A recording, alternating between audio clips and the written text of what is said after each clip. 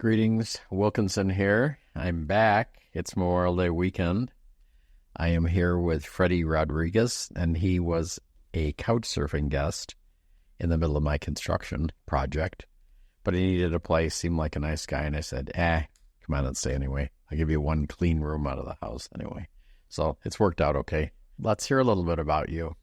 So thank you for having me. Thank you. It's been very lovely. Oh, say hi to my people. Okay, How do you do that? I'm Freddy Rodriguez. I'm visiting from Los Angeles. I grew up in South Texas, Corpus Christi. Well, a small town outside of Corpus Christi called Robstown. I have lived in Los Angeles now for 5 years. Prior to that, I was in New York City for 8 years. I spent 1 year in Berlin after I graduated from college in New York City. And I'm currently a full-time content creator with my main platform on Instagram. Let's hear a little about you. You're gay. I am very gay, yes. Very gay. You're in town for a gay party. Yes, I'm in town for this party called Desertopia. Some of my friends organize it. It's a really fun party. It's very queer. I would say it's not so circuit music. It's something that I like. It's 95% gay, maybe 5% women, if that. Yeah. But the crowd is very fluid. It's a lot of they, them, a lot of trans. Everybody's equal accepting, equal love. I feel like within the gay community, there's sometimes a lot of internal divisions between our community. Right. And I feel Desertopia sort of blends the lines, allows everyone to feel welcome. There's no hate. It's all just, we're all there to have a good time. And the music's great. Did you have a good time? I had a great time. Yeah. It was 3 days, danced a lot. It was a pool party. There was 3 nighttime parties and a lot of dancing. Cool. Yeah. And it was fun. Yeah. And I was like you said, yes, I'm very gay. I came out of the closet when I was 15. I was very lucky to have my mother and father who accepted me.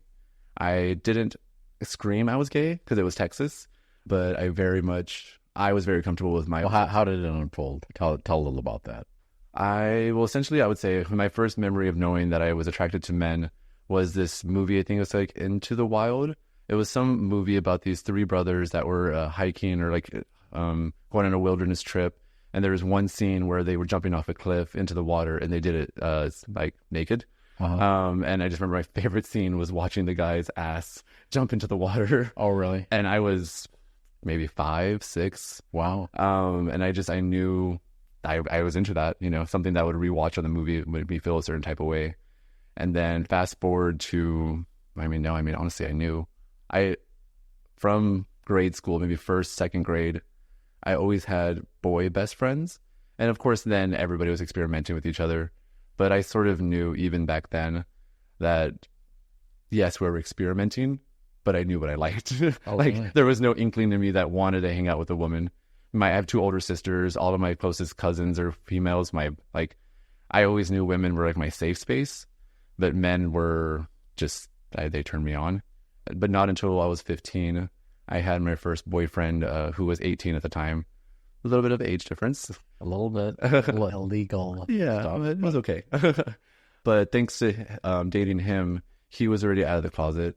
And he had 2 other friends that were also out of the closet. And I was hanging out with them. So they sort of inspired me to come out to my mom. And at that point, I was already very comfortable. I would talk to my mom every night before going to bed. So just one night I was sitting there and I just built up the courage and I was like, hey, I have something to tell you. And I was like, I'm gay. And she was just very okay, very calm-minded. I don't think my mom really understood what gay was. I think she always knew that I was different. All of my life, she always took care of me because my family's very... machismo, very guy culture, and I was always the quiet one, the skinny one, the one that was in the corner. So yeah, she just essentially said, okay. She essentially told me don't talk about it. Really? Yeah, because out of the protection for myself. Well, she must knew a little about it then if she said that. Yeah, that's what she knew enough that it was different. Right. She didn't understand what the lifestyle was, just that, back then, this is only... I'm 32 now, so is that 15, 17 years ago? Yeah. It's Texas 17 years ago. The gay culture back then, you were essentially, there wasn't much male representation or being a gay man, but not dressing up like a woman or having some sort of female connotation. And she saw me as, there's so many different shades of gay. And she just didn't want me to be stereotyped, I think, unfortunately, with the type of gay that gets gay bashed. So it's just out of my protection. She said, wait until I was 18, until I had left, that I could be more comfortable, just out of my own safety. And then, yeah, my father, he took it more personal. His biggest concern was at the time grandchildren and what people were going to think about him, which for me was a little bit upsetting. I love my father. Everything was fine. It took him like maybe 2 months. But in the moment, I was very just, okay, you're making this about you, Right. not about me. Right. But it was okay in the end. I was very lucky. I would say growing up, because I essentially grew up on a farm. So being able to, yes, I wasn't screaming I was gay, but I was very much, I kept to myself. And then I made friends that were also gay. So I essentially like lived my life with my friends. And then when I came home, I would just like stay in my room, keep to myself.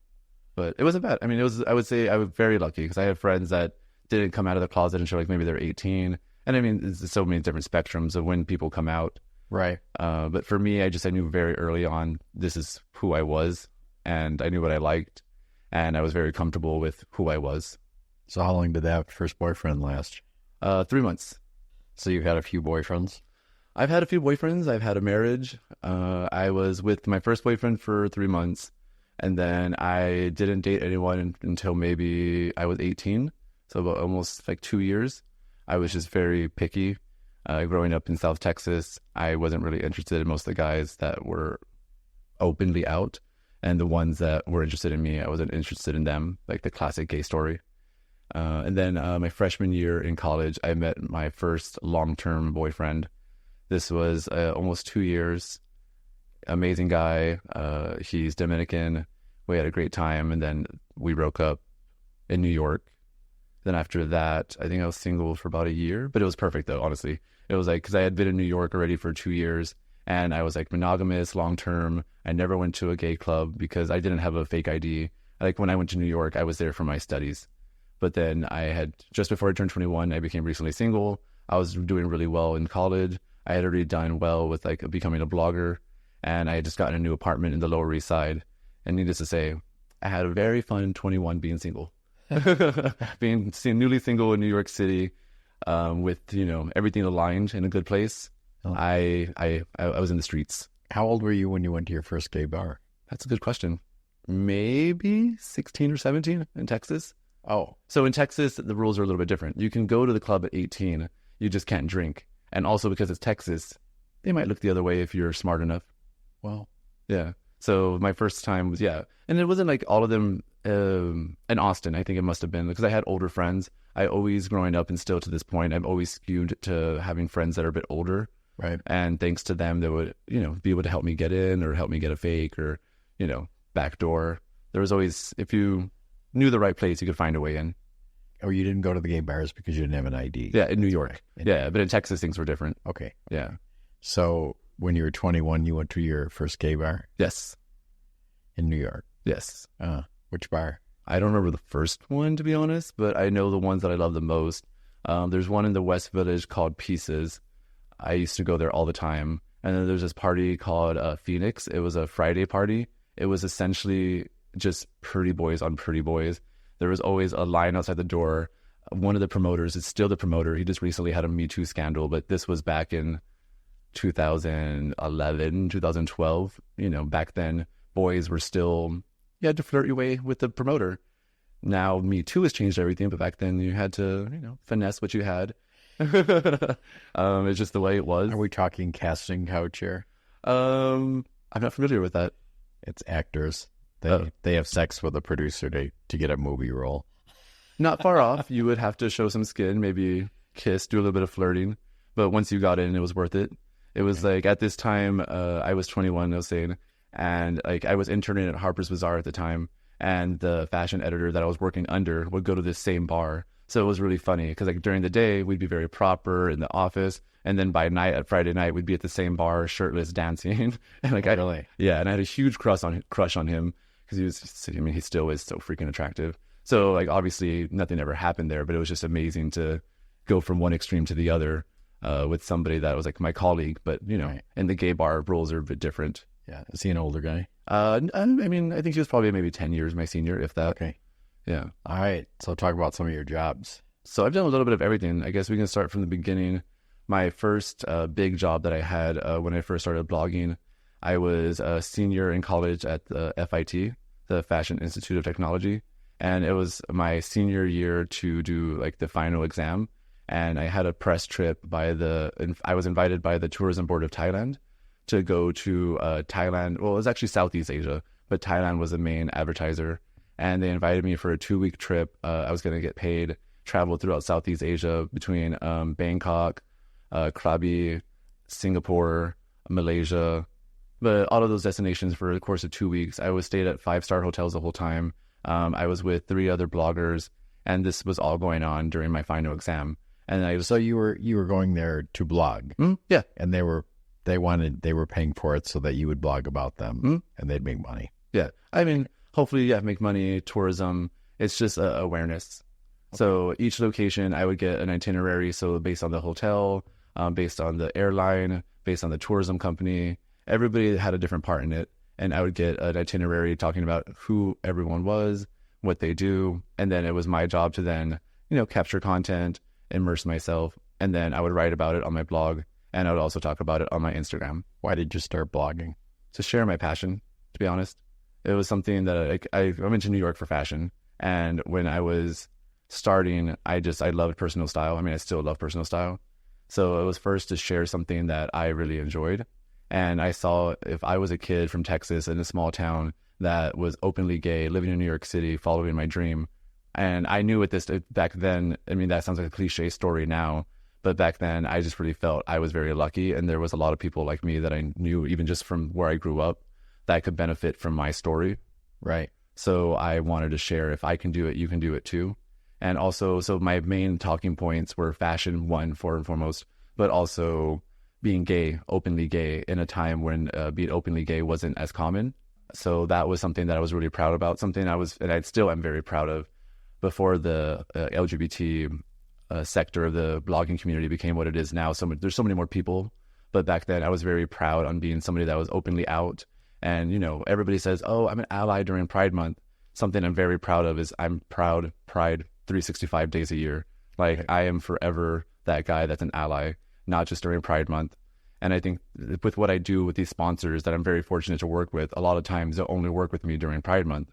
But also, like, if you have budget for me during Pride, you should have budget for me all the time, February, March. Right. If you're an ally, it doesn't end when June is over. So that's something that I also wanted to be able to share. It's like, I'm openly gay, you can be gay as well.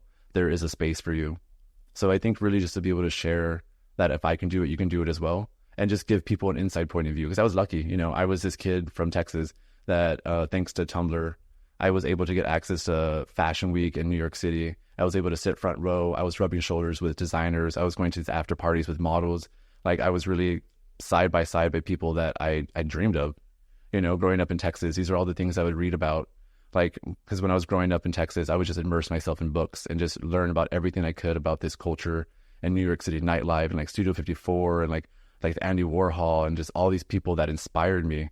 And then there I was in New York City, rubbing shoulders with the modern version of all of these like aristocrats and creatives and game shakers. And so I wanted to be able to share like how I did it, who these PR companies were that you needed to get in touch with, how you could attend a fashion show. If you did attend a fashion show, what you could maybe want to wear, what editors you maybe wanted to talk to, which parties were worth attending.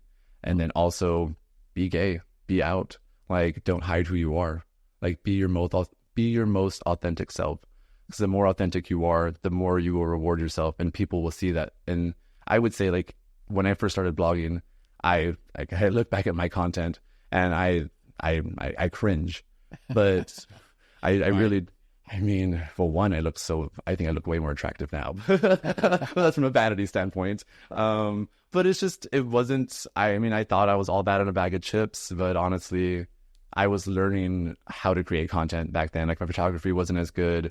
My locations weren't that good. My outfits weren't as good as I thought, but everything I thought back then was great. But I'm trying to get at is people believed in me. They saw my dedication. They saw that I was doing something in a space that was still developing. Right. I remember when I first started blogging, there were so many people that were like, why are you doing this? It's going to fade. Social media is going to go away. Like, right. everybody said that to me. And they were like making fun of me, but like, why are you taking so many pictures of yourself? And I was like, okay, well, I hear what you're saying. I don't think it's going to go away. I'm also having fun and getting paid doing this. So you may think that it's awkward for me to do something that seems so uncommon. But now, if you look at the way the industry has changed, like, there's so many people that now, and it's amazing because like people get to have their own platform. But sometimes when people don't believe in you, you have to believe in yourself. And the people that do believe in you, they believe in you because they see you doing something in a space or whatever it may be, that you are pushing the agenda. You're like trying something that's different. So from blogging, what'd you do? And Job wise, then what? I mean, a little bit of everything. So yeah, Location wise, or and or both. Both, everything. So I mean, yeah, the trip to Thailand was honestly my first big trip. That was amazing. That was my senior year. After that, I then moved to Berlin for a year because I was doing so well. In addition to my blog, I was also working for Details magazine. This was before they closed down. And I was their community manager for Details Syndicate. It was like a website where they had a community of other bloggers. Okay. And I was a community manager where I would oversee all of the incoming bloggers that wanted to be on the network. I would edit their content and I would publish it. So I was, yeah. So it was really cool. How did you get that job? Networking, going to the parties in New York. I was friend. Yeah. I mean, I would say every job I've ever gotten has been because I met them out. It was this guy, James. He was an amazing guy. I was literally in Hawaii on my first solo trip between I think it was my sophomore to junior year of college. I had just broken up with this boyfriend that I told you I was with long term. And I was sad. And I was like, you know what? If I'm sad, I might as well be sad in Hawaii. Good idea. Yeah. And it was my first solo trip. You know, I was like, I think 19. I was on my way back to New York and I was blogging. I'd been doing it for about a year at this point. And the Details had just started this network. And James had saw my dedication and he knew that I was pretty well connected with the other male creators. So I remember this very vividly. I was literally on my flight back from Hawaii to New York and I got this email from James. The next day I have a phone call with him and he proposes me with this offer to run the community. And I was like, yes, absolutely. And I did that for almost a year just before. From New York? From New York and then Berlin, both. Okay. And this was like 2014 before work from home was even like a thing. I thought. But back then I was already doing remote work. Like everything I was doing essentially was remote. Like sometimes like the most in-person thing would be going to events. But for the most part, everything was remote. And James, this guy, he trusted me. I think at least for half of my job while I was working at Details, I was traveling. I was living in Berlin. I lived in Paris. I lived in Barcelona, all while I was working for Details and also doing my own blog. So some of the jobs that I had while I was in Europe, through networking, I met someone that was a Samsung Germany ambassador, and he introduced me to the Samsung Germany team. They liked what I was doing. They brought me on to their ambassador program. I traveled throughout Germany with them. I think one of the most memorable things I did was a really cool helicopter tour. Yeah. And it was with 8 other creators, and they just like took us all around Frankfurt and just to create content to share the highlights about Frankfurt. Sounds cool. It was very fun. And that was one of the biggest highlights. And then throughout that, I was traveling working with various different hotels, different tourism boards throughout Europe. So between like Lisbon, I stayed with this one hotel called Gatz Hotel, like Gatz. And I stayed there for a week. So I worked with the different tourism boards. And then I was just traveling throughout Europe and then creating content. How'd you get a hold of them? They just found you? A little bit of they would find me. I would do my research beforehand. Before I'd go to a new city, I would go onto the Instagram. I would go to like, let's say, Visit Berlin. I would go to the Visit Berlin tourism page. I would send them a direct message, be like, hey, I'm going to be visiting your city. I would love to connect with you. Do you have any partnership opportunities? And then usually they would respond. We would pick up the email conversation. And then through that, I would also see who they would tag, like Visit Berlin, what hotels were on their page, what brands were on their page. And I would go through and I would then see who aligned with the type of work I was doing. And I would use that to then message them. And I would try to set up as many meetings as I could or get hotel sponsorships or flight sponsorships. So it just varied. It was a lot about me doing the work, but doing it smarter. So after that, then what? So after my year in Berlin, I moved back to New York City. I, at this point, had not had a proper office job. So while I was in school at FIT, I had multiple jobs. I was working for Details. I was working for E-News. I was working for myself. I was going to school, and I had one other freelance job for another website. So I was doing all that, but I never had like a proper sit down in an office, like 9 to 5. So when I got back to New York, I was like, well, maybe I should try this. Job. Traditional, yeah, to work at an agency. Traditional job. Yeah, just to work at an agency. Right. You know, I really don't like hierarchies, and I don't like the structure of offices. But you know, what you're told all your life is get an office job. Right. So yeah. Yeah. So luckily, through all my connections that I had already in New York, when I got back, I just emailed some friends. I went on a couple of meetings. There's this one agency that was that just got Men's Warehouse as a client and Jose Bank, and they were going to help. Well, the plan was to rebrand, so hit more of a younger demographic. So this agency brought me in to help do the rebranding, and I did that for about a year. And the entire goal was to just shift the awareness and appearance of Men's Warehouse and Jose Bank to be less of like the dad clothes, more to the cool dad, like the millennial dad, the dad that, you know, takes care of himself, the little metrosexual dad. Right. And through that, I had a lot of fun. For me, I love the creative side of it. I loved being able to work. So I was pretty much like, I was wearing multiple hats. I was still doing my blog because that was like never going to stop. It still hasn't. But I would go into the office. I would work with a photographer, a copywriter, a creative director, an entire team to put together monthly photo shoots. I would execute the location scouting. I would do all of the selects. I would work with the retoucher to get all the images the way that I wanted them. And also I knew how to do all this myself. So it was very much just like delegating tasks that I could do. And it was a great experience. I loved the creative portion of it. For me, I didn't like the hierarchy. I didn't like the checks and balances. I didn't like how I could do my job essentially almost in 2 days, but I still had to be in the office for another 3 days. But it was cool. I mean, it was a great learning experience, but it also taught me what I don't like. And I think after my year there, I was ready to go back on my own. And I then went back to doing blogging full time. And this was about going on 5 years ago. This is about the time I moved from New York to LA. I had done this agency job. I think there was maybe about 5 months where I was like traveling pretty heavily with my blog. Like I would say all of summer, I was just gone. And then I decided to take the winter off. This was 2018. And I took some time and I thought about it and I was like, I'm going to try LA. Why LA? The weather, to be honest. I was doing my blog full time, and for me, I love to shoot my content outside. I'm stimulated by sunshine. And as much as I love New York City, and I wouldn't be where I'm at in my life now if it wasn't for New York, it's not cute to be taking. I mean, okay, snow photos are great the first time around, but when it's -5 and you still need to go outside and look cute in this like outfit, and it's not that enjoyable. Right. And I did it. I have so many memories of being with my other like creator friends, and we'd be doing stuff that we look at now we would never do. But when you're young and you're ambitious, you just you hustle much harder. But I did it and I loved it. And I, at that point, and I'm actually happy about it because I wouldn't have grown into the place I'm at now in my life, but I was ready for LA because I was also a bit burnt out. I got to New York when I was 18 and I hustled for about like 8 years, and I loved the hustle, but I had noticed that I had gotten a little bit jaded.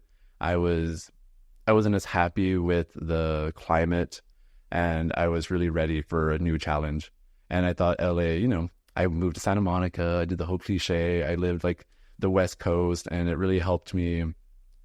I mean, it was actually really hard because I was so used to the hustle, but it did slowly help me slow down, have a better work-life balance. And that's really what I wanted. Now, going on my 5th year, I'm ready for potentially going back to New York because I'm currently 32, and I think I would like to push myself a bit further. But in the end, I know I'll end up in LA.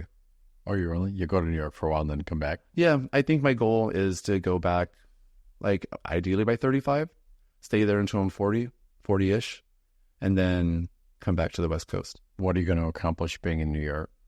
I think I want to try again. As much as I didn't love my agency experience, I would like to just expand on my creative work. I think as a creator, I love it, but I also see there's a lifespan on it.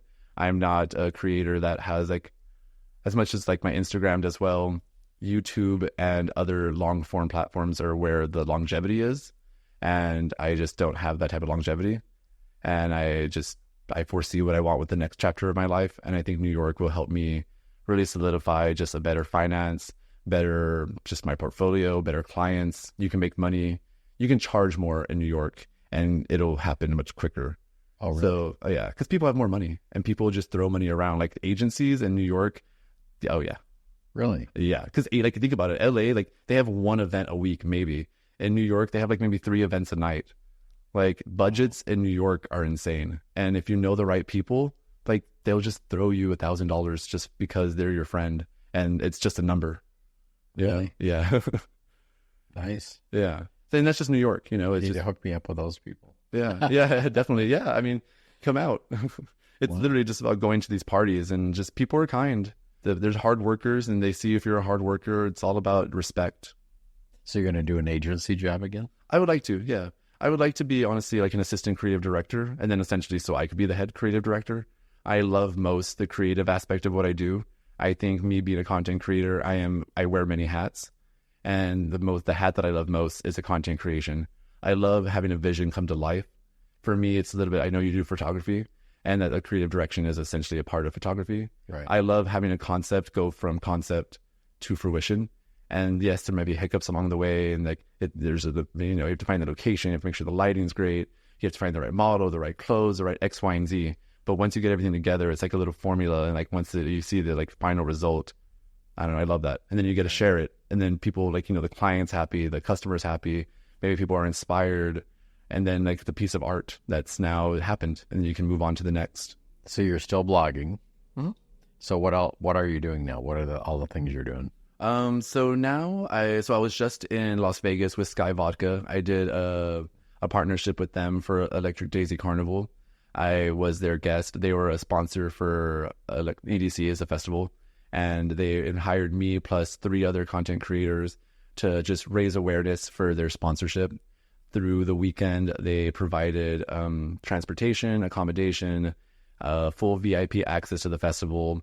They had a film crew, a whole production crew, which shot all of the content for us, and they edited everything. So essentially, we were the talent, the models, the creators, also having an amazing time because like they provided a VIP experience that I had not. Like I could never go to EDC again. As a regular person? No, I could never. Because like having Sky as like because they were the sponsor, so like they had all the access to everything. They had a helicopter fly us in the first day. Really? Yeah. Wow. Yeah. Cool. It was very cool. And then like the other creators were so nice. So that was, I would say that was, it's that I love trips like that. Like the way I mentioned the first one that I did, like when I was in college, that Thailand trip. Right. Those are trips that like, as much as I love to create a campaign, like right now I'm working with Chevy. So the Suburban that I have, this is just a trade partnership, but Chevy, like they'll loan me a vehicle and then they just give me free reign on how I want to capture the content. So you're doing content on your Suburban? Yes. You are? Yeah. Huh. Yeah. I didn't know that. Yeah. So I literally emailed my contact at Chevy Thursday at like 4 p.m. being like, hey, I'm thinking about going to Palm Springs for the weekend. Do you have a vehicle available for me to use? She emails me back saying this is really late. Like for me to be asking for a vehicle for literally the next day. For Memorial Day week. Yeah, of all weekends as well. But you know, I've been working with Chevy for about 5 years, and I know this contact very well. So that's why I was like, "Hey, girl," and she was like, "I got you. Let me see what I can do." And she was, because she knows I like smaller vehicles, and she was like, "We have a Suburban. Are you okay with it?" Well, that's small. Yeah. And I was like, "Beggars can't be choosers." Okay. I was kidding you when you came. Oh, I love your mom vehicle. Yeah. That's why I was like, I don't care. Wow. So that's something that it's more transactional in the sense of I'm just creating content for them. I get a product, and it's obviously I love working with Chevy. So explain to me what you've done with this Chevy and the Suburban. So far I've just been sharing stories, just sharing the year that it's a 2024, talking about how spacious it is, how comfortable it is. And now there's also this thing, I think it's called Super Cruise Control or something like that. But it's essentially like a Tesla. It has a feature where you can put it into cruise control, and then you turn on this feature, and then the steering wheel just drives by itself to make sure that your eyes are still on the road. Right. And I tried it when I was on the way out here, and it works. I mean, I haven't really been behind a Tesla, but it works. Like, I was like, okay, well, here we go. Just don't fall asleep. No, I mean, also don't fall asleep. Don't take your eyes off the road. Your hand still has to be on the steering wheel. But it was just really cool. So that it keeps you in the lane, and plus it'll slow you down when there's a car and speed up, right? Yeah. It does all that stuff. Yeah. I had a Genesis that did that. Yeah. So yeah, I mean, that's essentially what a Tesla does as well. Right. Yeah. So that's what I'm doing for Chevy. And then I'll do a photo shoot for them. I might even do a reel. I haven't really thought through that concept yet. I like to sometimes see what other creators are doing. Like, I'll go onto Instagram and see what because like, cars aren't my forte. I mean, I work with a lot of different cars, but there's only so much you can really do with a car. But I do love to like push myself and to see what I can get creative with. Huh. Yeah. Well, I didn't know you were doing all that. Yeah. Sorry for mocking your Suburban. It's a beautiful Suburban. That's what I say. You can mock it all you want, but it probably rides nice. It's an amazing ride. That's what I'm saying. When I'm driving a Suburban, I feel like I'm flying because you're just coasting. You're king of the road. It has all the sensors. So sometimes I feel more comfortable driving big vehicles with all the sensors than I do smaller vehicles. Because there's like it feels a little bit like playing a video game. So what else are you doing? So West Hollywood Pride is coming up this upcoming weekend. And I have a partnership with this dating app called Tammy. It's a new dating app, and they hired me to, I'm going to be doing a video where I go to the West Hollywood Pride Parade and I find couples, and I'm going to ask them questions just to see what their response is. And like interview them? Yeah, just a cute, fun interview. Huh. And through this, I'm hoping to get some maybe some cheeky responses. And then through these interviews, I'll put together a reel about maybe a minute, a little bit less than a minute. And that'll be something I have coming up during Pride. But that's for a dating site? But it'll be on my platform. So it'll be put on my Instagram. It'll be a reel. And the name of the app is Tammy. So like your Chevy thing, that's on your Instagram? Yeah. Or do they put it on their stuff too? Yeah, they put it on mine. So they just want you with your following, because you have a large following on there, right? Yeah. Okay, cool. Yeah. Got a few Prides coming up in LA area, huh? Yes. Yeah. I love Pride. So June is always my busiest month. So as I was saying, like, Pride is my bread and butter. Before pandemic, June, I was booked a bit. I mean, even this June, I'm not as booked. But like in 2018, I was everywhere. Between New York, Pittsburgh, Providence. I went to Berlin Pride. I went to Amsterdam Pride. And these were all through like different clients. So I guess, yeah, I've done so many things. I've been doing vlogging for about 10 years. So when you ask me this question of what I've done, it's hard for me to narrow it down. But now that we're talking about Pride, right. I think one of my favorite Prides ever. I mean, actually, it's okay. It's hard. I've done a lot of Prides. New York City World Pride, amazing. I worked with Sky Vodka as well. I was on the Sky Vodka float during World Pride, dancing and insane. But compared to that, even Amsterdam tourism board invited me to Amsterdam to attend their Pride, and they do their Pride in the canals. And I had never, I've been to Amsterdam before this. I'd been to Amsterdam. Like in the water? Yeah, on the boats. Like all the boats, that's where the parade is. Like big boats. Yeah, and then everybody's on the sidelines of the canals. Yeah, and also it's so cool.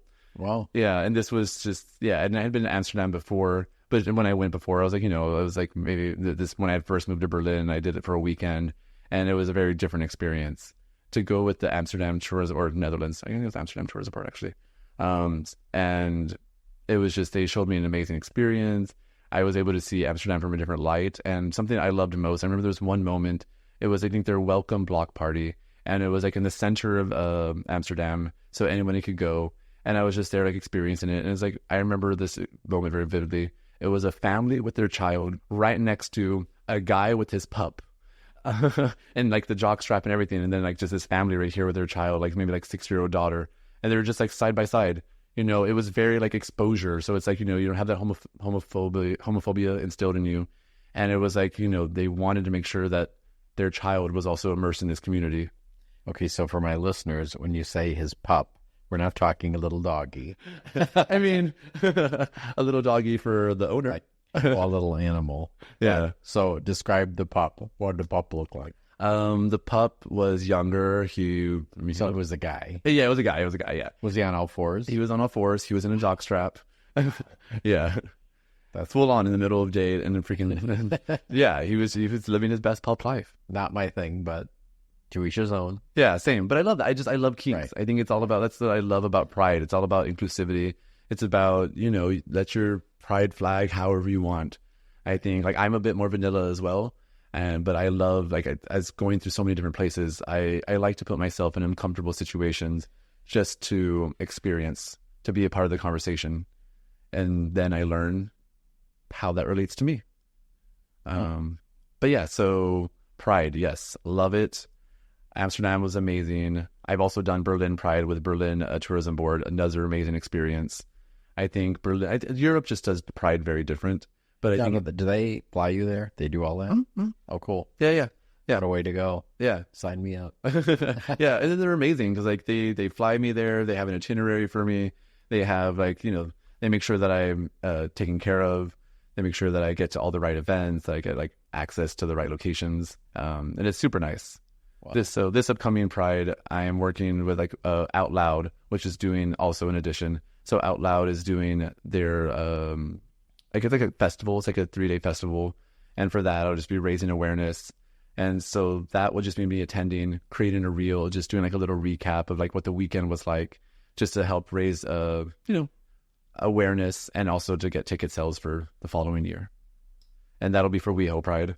And then the weekend after that is LA Pride. And I'll do the same thing for LA Pride. I'll do a real recap, and I'll just share, the Pride in the Park, who the singer is. This year it's Ricky Martin. It was supposed to be Miley Cyrus, but we're not going to go there. Last year was last year was Mariah Carey. So it was amazing. And then after that, I will luckily have a 2-week hiatus so I can just relax, recharge. And then I'm going to go to Toronto on behalf of Toronto Pride. And they're going to be covering flight accommodation. And I've been to Toronto once, but this was back in 2018. And this will be nice to go to Toronto in the summer, be a guest of Toronto Pride. There's a couple of other creators that are in the LGBT community that I haven't met before and that I believe are going to be on the trip as well.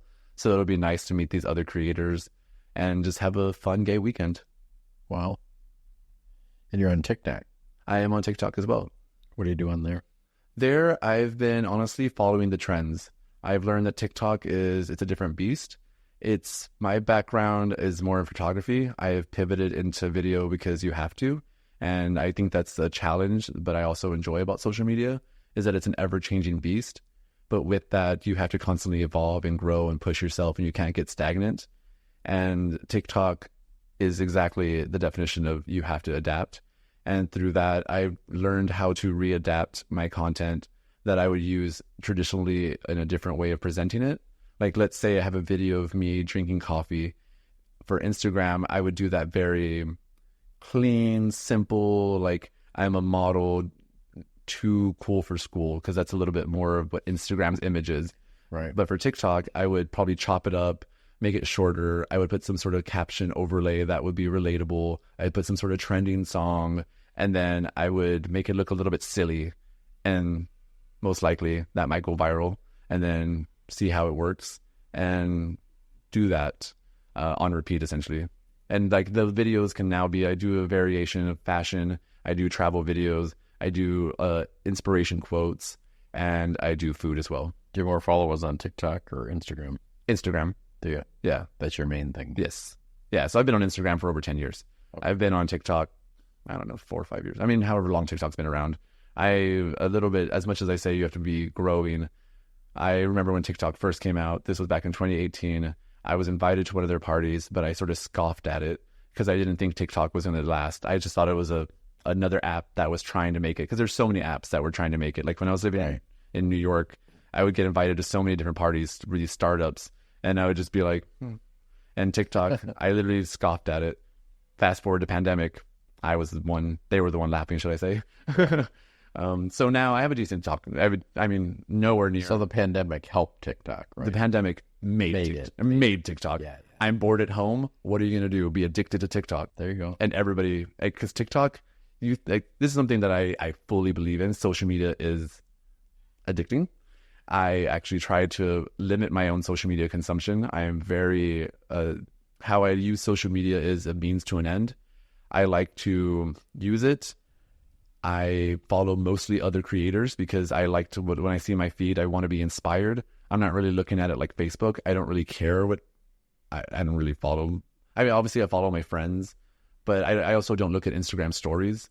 I think I love how personal they are for my audience, but I don't really want to see what other people are doing like that, because for me, it influences me too much. Okay. And that's what Instagram, I mean, that's what social media is. Social media is to watch other people's lives. But because I do it for work, I really don't want to watch other people's lives. And TikTok is watching other people's lives on steroids. It's like people share so much. It's so funny because like on Facebook, you remember, like, I mean, for me, when Facebook came out, I was in high school, and like the main demographic of people were like freshmen in college. And like, you know, this, like everybody was posting everything on Facebook, and then people would start losing their jobs because like their employers would see it. And then people started to pull back from what they were sharing on Facebook. And then TikTok is this whole new resurgence of this new young demographic that's posting everything again on TikTok, because they're like, oh my God, it's fun, it's cool. It is, it's fresh, it's exciting. But I like, as much as I love to share my life, I think it's important to have a healthy balance of keeping things personal for yourself and also sharing with an audience. Yeah, so TikTok is very much a beast in itself, and it's a very captivates the audience because it's literally stimulating you so many seconds. Like every time you see something new, it's like dopamine, dopamine, dopamine, dopamine. Right. And that's what social media is. So some point of it. Yeah. So, but when you're aware of that, it's good to moderate it and be cautious of what you're consuming. A lot of people don't. But I think even as me saying this, I love social media, but it's really important to understand what you're consuming. So we're at the point where I ask you, what have you learned in your life? What are some lessons of stuff that you live by? Honestly, who you know is what will get you far in life.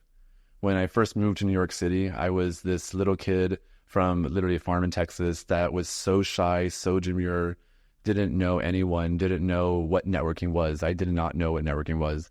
But luckily by my sophomore year, through blogging, through going to these parties, by putting myself in uncomfortable situations, I met people that, one, believed in me, and I learned that who I knew was going to define where I went in life.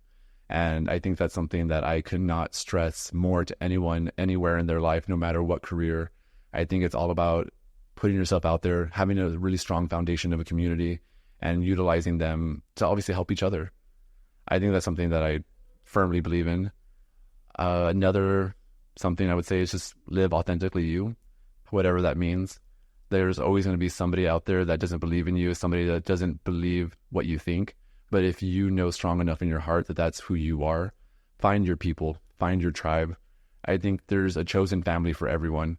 Okay. I think I'll see you again. We'll revisit this. Yeah, I would love to. It's been a pleasure, honestly. I love talking about all this, and I love sharing advice. And social media is a wild ride. I think I'm very fortunate to have been at the right place at the right time. And I love being able to share my experiences. I love being able to meet other people that like experience, that learn. And life is all about learning from one another. Right. All right. Well, thank you for coming in, Freddy. It was great having you here. And we will be staying in touch. Yeah. Thank you. Okay.